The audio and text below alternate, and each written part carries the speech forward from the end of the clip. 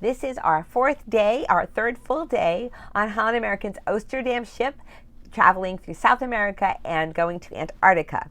So far, we've had an amazing time. My first vlog told you all about our embarkation day and the trouble we had there, about our stay in Santiago, and also about most of our first sea day. So today we're going to talk about our second sea day, and we're going to talk about the port of Puerto Chacabuco. You're watching Cruising with Dee.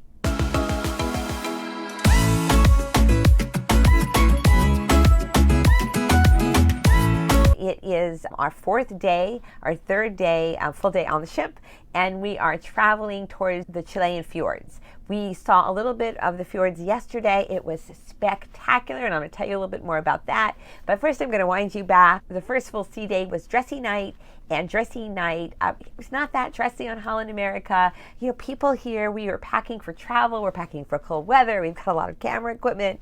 And just packing that extra sparkly dress in the suitcase is not a priority. So I brought just kind of one dressy pair of slacks, and I'm going to have a couple tops I'm going to change with that for the dressy nights, sparkly necklace, and call it good. And that was very dressy and fine for this ship. Some people didn't dress at all. You know, I know there are people who've like packed in a backpack for this cruise. I don't know how they do it. And my husband, he wore just a sports jacket, and we were completely fine for first dressy night. The dinner was outstanding. I'm going to show you a couple of images of how lovely that dinner was. And our main course, which was the beef tenderloin, was probably the best I've had on any foreign line on any ship. Very, very good. Well done to Holland America and their culinary department.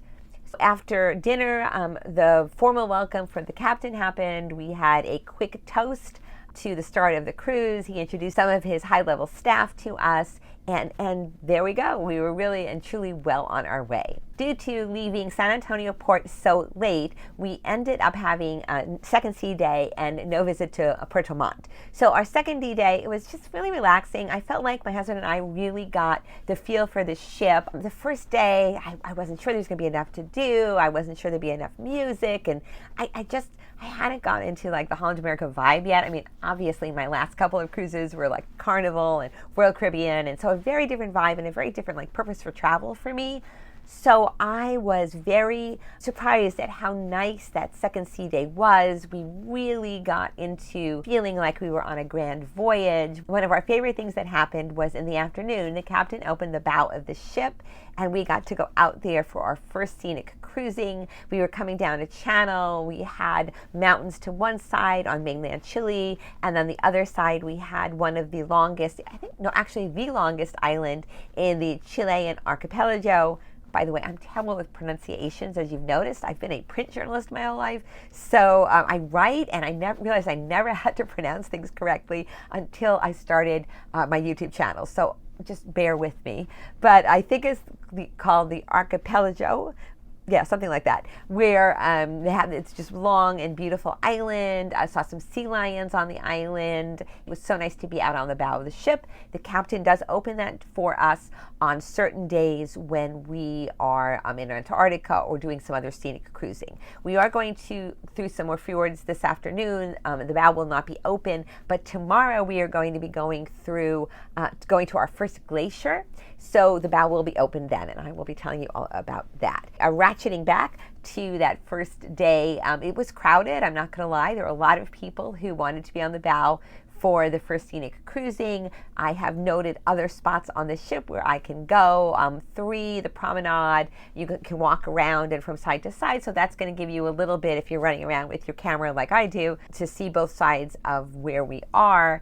There is also, for people who want to stay inside, there's the crow's nest up on 10, which is just packed all the time.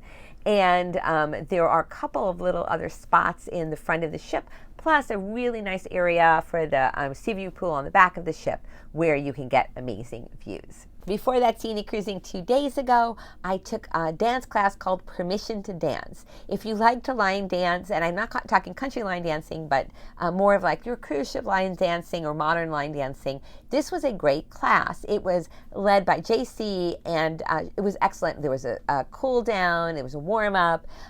We learned the wobble, which a lot of people here, they're on Carnival, they didn't know. So it was nice to have a formal class teaching the wobble, and then another dance after that. This dance class is going to stay together, and for the Orange Night, which I guess is a big gala party, we're kind of going to be a flash mob and dance, and I think the idea is maybe we can get other people on the ship to join us. I've been looking for some active things to do on the ship, besides just doing the walk around the ship, which I enjoy on the promenade each day. And then there are going to be some tango and salsa classes, etc., that I will attend as well. Kind of turned in a little early, although we didn't have an early port call for Puerto Chacabuco because our excursion wasn't until 1:30. We did want to get into the port town and have a leisurely morning, and so we didn't do a lot. After dinner again was really good. Called it a night. And I was outside a long time, like the scenic cruising, where you're out there and even though we're not even near Antarctica, it's really windy. So you're out and it's cold, and nice to have an early bedtime after all of that. Following day was Puerto Chacabuco, a little tiny town, about 5,000, in an absolutely stunning setting with tall snow-capped mountains ringing the town, and a very tiny port and a port area. There is a small port building, which is very convenient. You tender to this port. Most of the ports on this trip will be tender ports. So you tender to the little port area. There's a nice warm building. They have some free coffee and goodies for you to eat, and Wi-Fi. So you can wait there if you're waiting for your excursion, or just kind of warm up as you're exploring the town.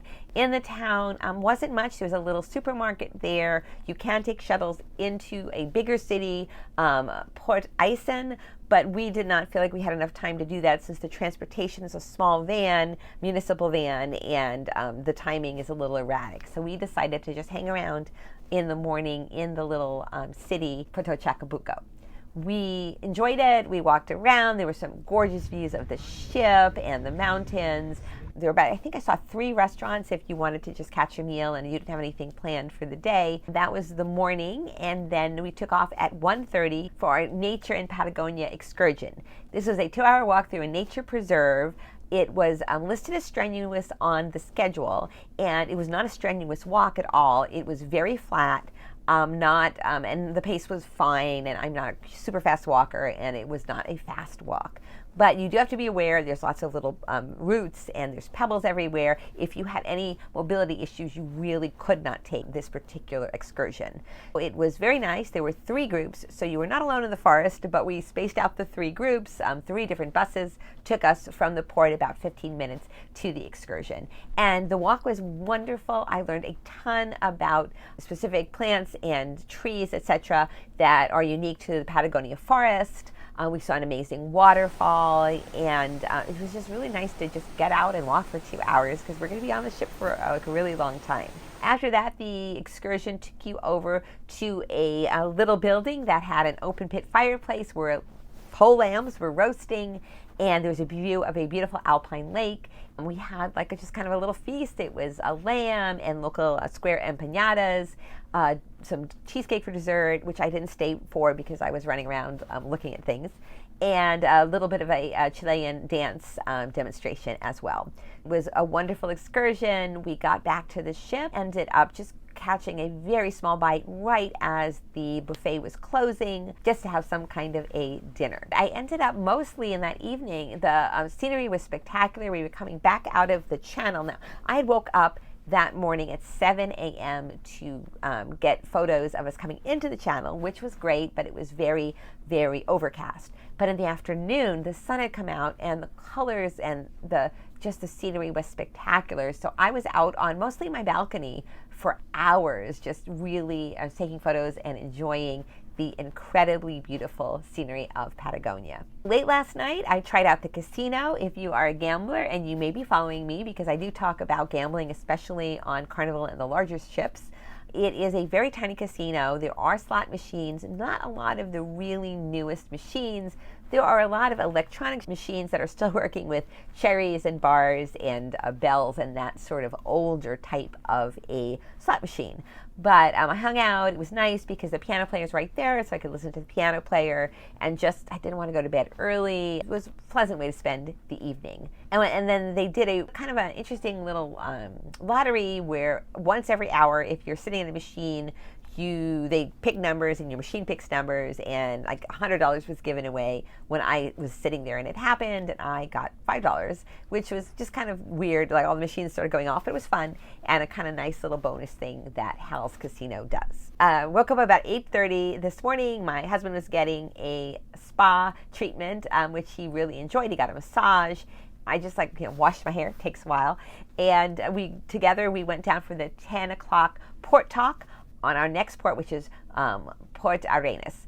And that is going to be very exciting. I'm going to see my first penguins at the Magdalena Penguin Reserve. You take a boat to that very early morning tomorrow, 7 a.m.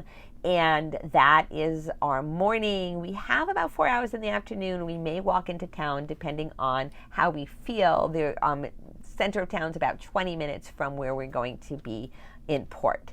I haven't mentioned yet, but the port talks that Ed, the cruise director, has been giving have been excellent. It is not a sell you excursion sort of talk. It is a, here's where the port is, here are what's going to happen with the tenders, here is what you can walk to or what other points of interest there are, what you need to be aware of when you're in particular towns, how the taxis are, is there Uber. Very, very informative. Highly recommend them. It really can help sort out what you're going to do in the port before you get there. That's it. I think I've got you fully caught up right now. We are on the way to more fjords. Looking from the camera on the bow camera, which I have on the TV over to the side here. Some very tall mountains coming up and very pretty. So we should be there within, I would say, the next half hour to 45 minutes. Let me know if you have questions down in the comments. If you haven't subscribed yet, please subscribe to my channel. We have all sorts of content on cruising, everything from adventure cruising like this, where we're going to Antarctica, to your typical wonderful fun in the sun cruises with the larger cruise lines such as Carnival and Royal Caribbean, Celebrity, etc. Please also like the video, and I'd love to hear from you in the comments. I'd like to hear if Antarctica is on your bucket list, what you think of doing it on a larger ship like this HAL ship as opposed to an expedition ship. Thank you for joining me. You've been watching Cruising with Dee.